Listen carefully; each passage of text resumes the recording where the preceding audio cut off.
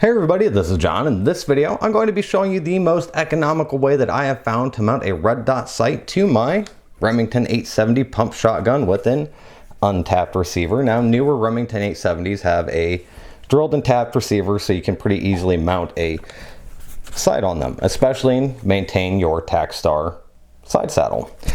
What I had found is that unless I wanted to drill and tap it, there weren't a lot of options for me to keep my TacStar side saddle, which I like because I have gotten used to it over the years. I know many people don't care for these style of side saddles, but I like it. I've gotten used to it. I want to keep it.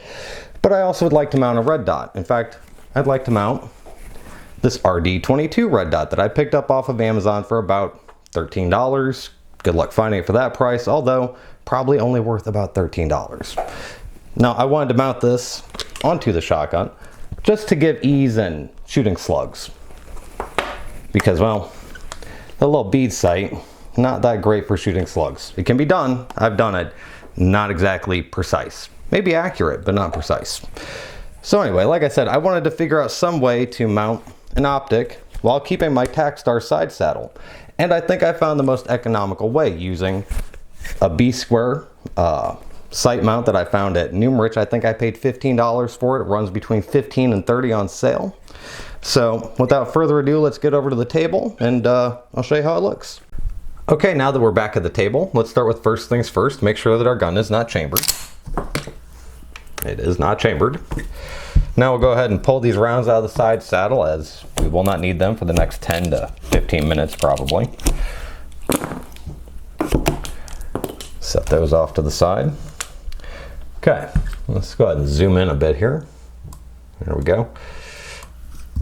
Now with the TacStar side saddle, you've replaced the two pins with two screws, a 1/4x28 and a 10x32. They come with the TacStar side saddle. If you have one, you already know this.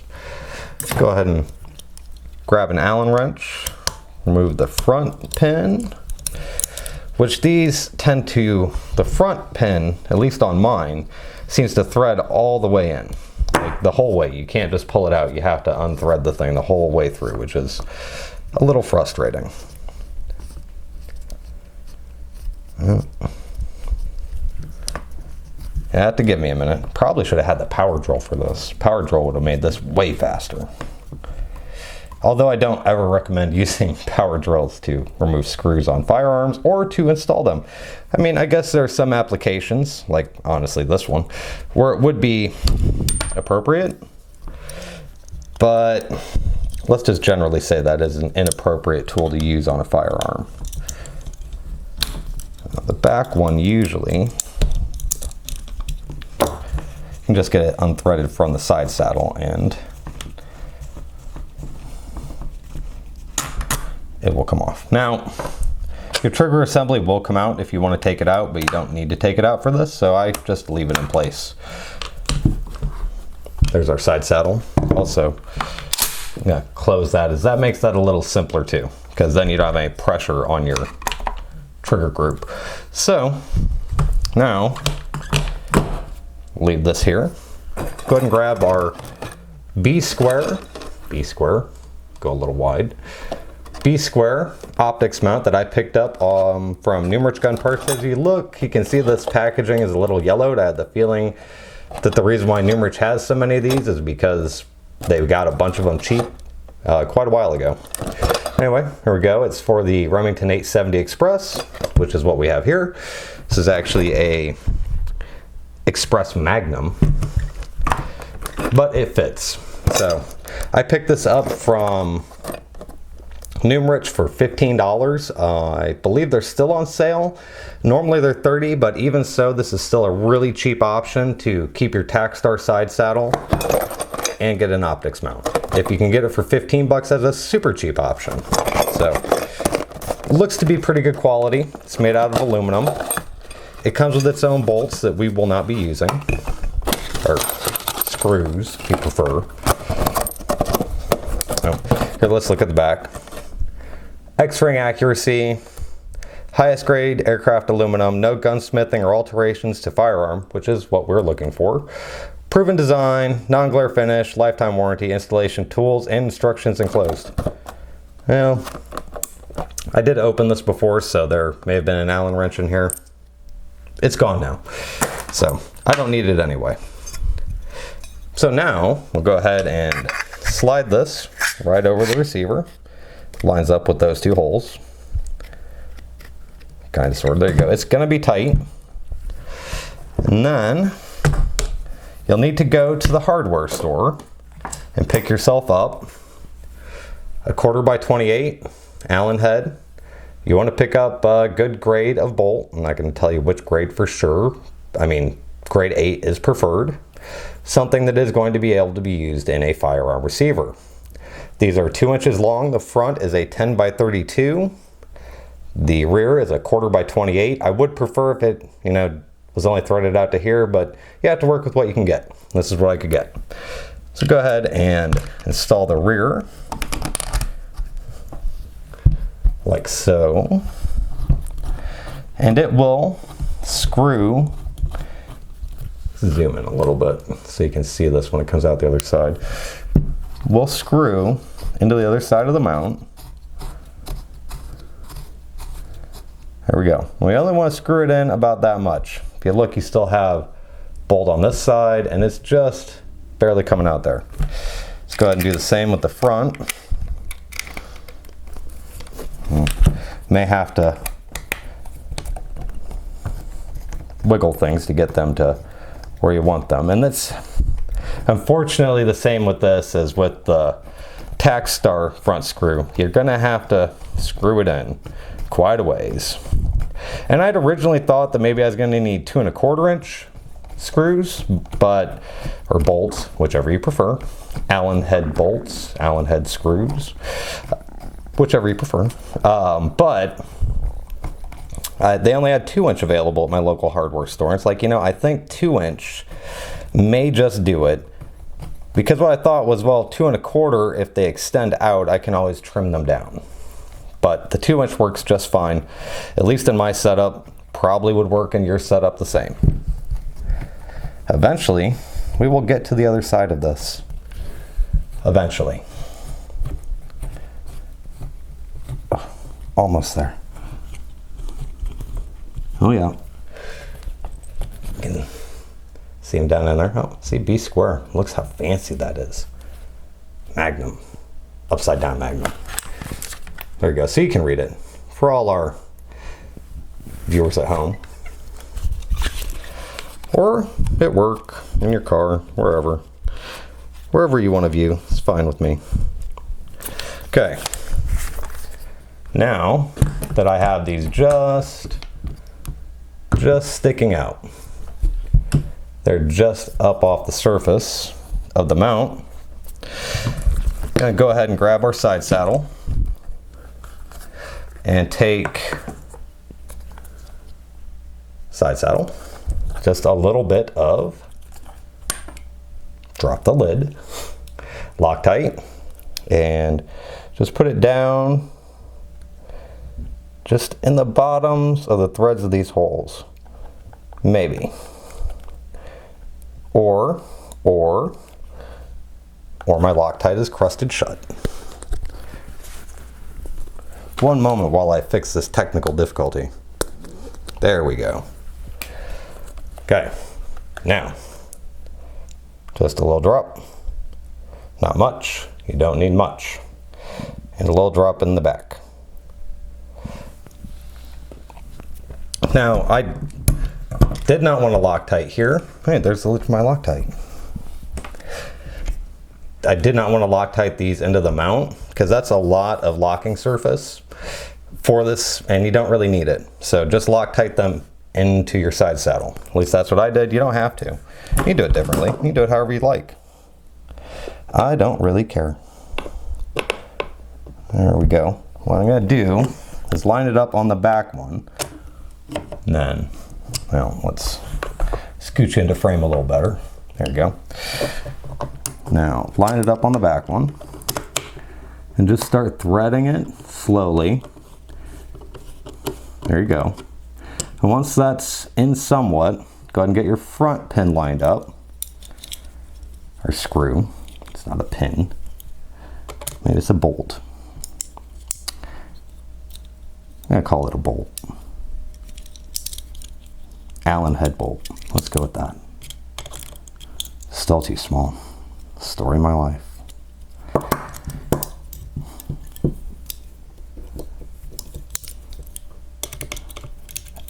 You know, I probably should have just grabbed the biggest one to begin with.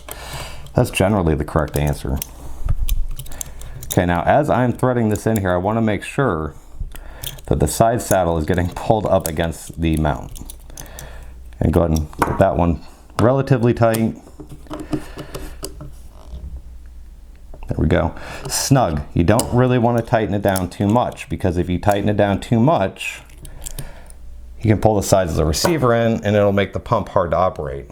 Now, one thing you'll notice, or I noticed, is you have a giant gap now between the side saddle and the side of the receiver. I'm not a big fan of that, just because I don't want to get the wobbles. As you can see, you're kind of out in space here, although it's pretty rigid. It's pretty rigid.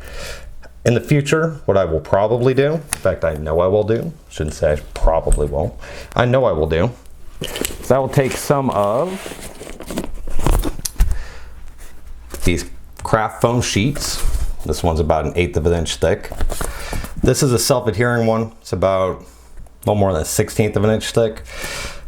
And then with some double-sided tape, I will probably stick it to the back side of the side saddle just to fill in this gap, just to not allow it too much movement there. I think it'll honestly be fine. I could probably not even bother doing that, but this stuff works really good for that sort of thing. Probably not something you considered before, but you may have. It does work quite well, especially with good double-sided tape. Just make sure that you're cleaning your surfaces off very well. There's no sort of oil, because if there's any sort of oil, then the double-sided tape is not going to stick very efficiently. So while we have it here, we might as well go ahead and mount our awesome RD22 garishly green red dot reflex sight. That is, you know, the fact I paid $12 for it makes that all worthwhile. If I had paid more than that, man. And you know, the thing is, I like green. I like the color green, but this is garish. This is yay.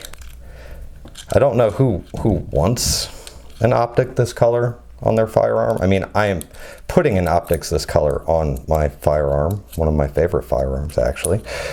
That's not the point. The point is, I paid $12 for it. If I'd paid more for it, then I'd really have to question my life choices even more than I already do. Come on.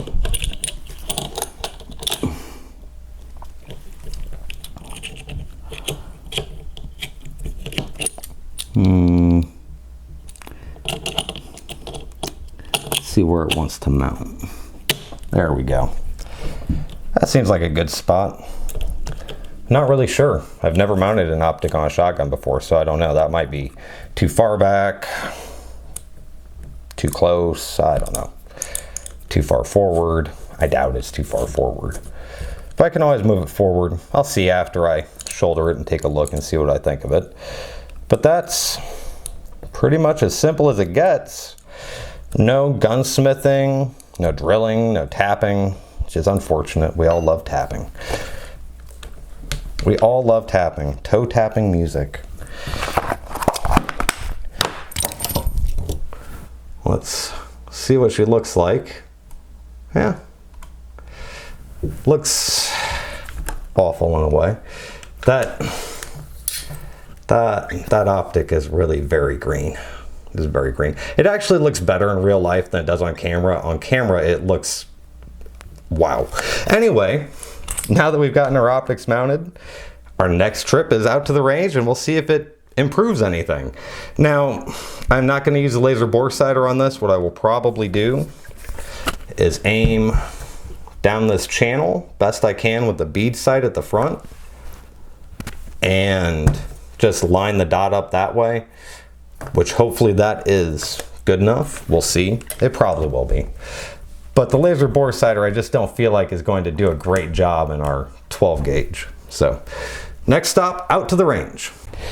We're out here at the range with our Remington 870 with our garishly green red dot sight. It's very garishly green. We're gonna see if this helps us with slugs out at range and see if it helps us with target acquisition with some buckshot closer up. So I have some SAR, I think it's 9 pellet buckshot, some 3-inch steel shells, and then some Sailor and Bellet that says it's 2 3/4 inch, but actually it measures more like 3. So let's get to shooting. Okay, here we go with our red dot sight, our awful green red dot sight. We'll start out with our 100-foot silhouette and see if we can hit it with a slug.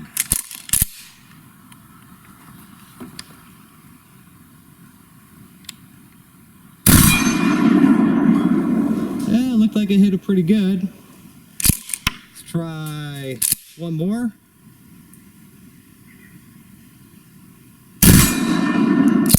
Okay, let's see if we can hit something a little closer. Okay, now let's see if we can hit that guy.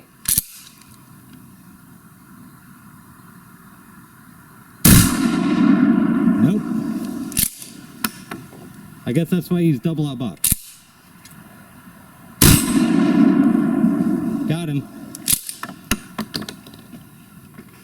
Okay, now that we're a little closer, we're going to try out some of our 3-inch steel shot. Some more of our SARS double out buck. Some of our Sailor and Bellet double out buck.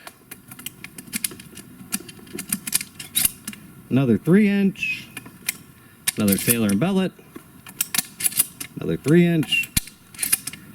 And another SARS. So, hopefully I don't need all of those to hit these with the red dot. Start out with the back guy. That looks like he got hit. Didn't look like he moved though. Let's try him again. Oh yeah. Some more 3-inch. Let's try it on this guy. Got him. Some Sailor and Bellet double out buck. Let's try it on the kitty. Oh yeah, got the kitty. See if we can get the goopy guy over here. Oh yeah, that's some 3-inch. Got 2 more left. See if we get this guy some double aught. Oh yeah. Last one. See if we can get poison control there. Oh, he dead. That seemed to work out pretty good. So what are my overall thoughts on our reflex sight on our Remington 870 pump shotgun? Overall, I'm pretty happy with it. At 100 feet, it definitely made it easier to hit that silhouette with the slugs. Now, a little bit closer, I did have a bit of a hard time hitting our angry-faced fellow, but I think in time, with a little bit of sighting in, I could get that dialed in better, quite a bit better. Up close, target acquisition, it was quick, easy. It's not that hard with the bead sight, but did the reflex red dot make it easier? Oh, it definitely did. So, if it's something you might be interested in, this B square mount, like I said, is available at Numerich, $30 to $15, depending on if it's on sale. If you watch, you can find a sight like this pretty cheap on Amazon, but I wouldn't pay much more than, say, $20. And I already had a TacStar side saddle, so I mean, you can find that a lot of places. You may have one yourself. So overall, do I think this is a worthwhile investment? Kind of. I will be honest, I'm going to take this off of here when the shotgun is in its home defense role. So I will leave the mount, but I will take the red dot sight off. Anyway, thanks for watching. I hope you found it informative.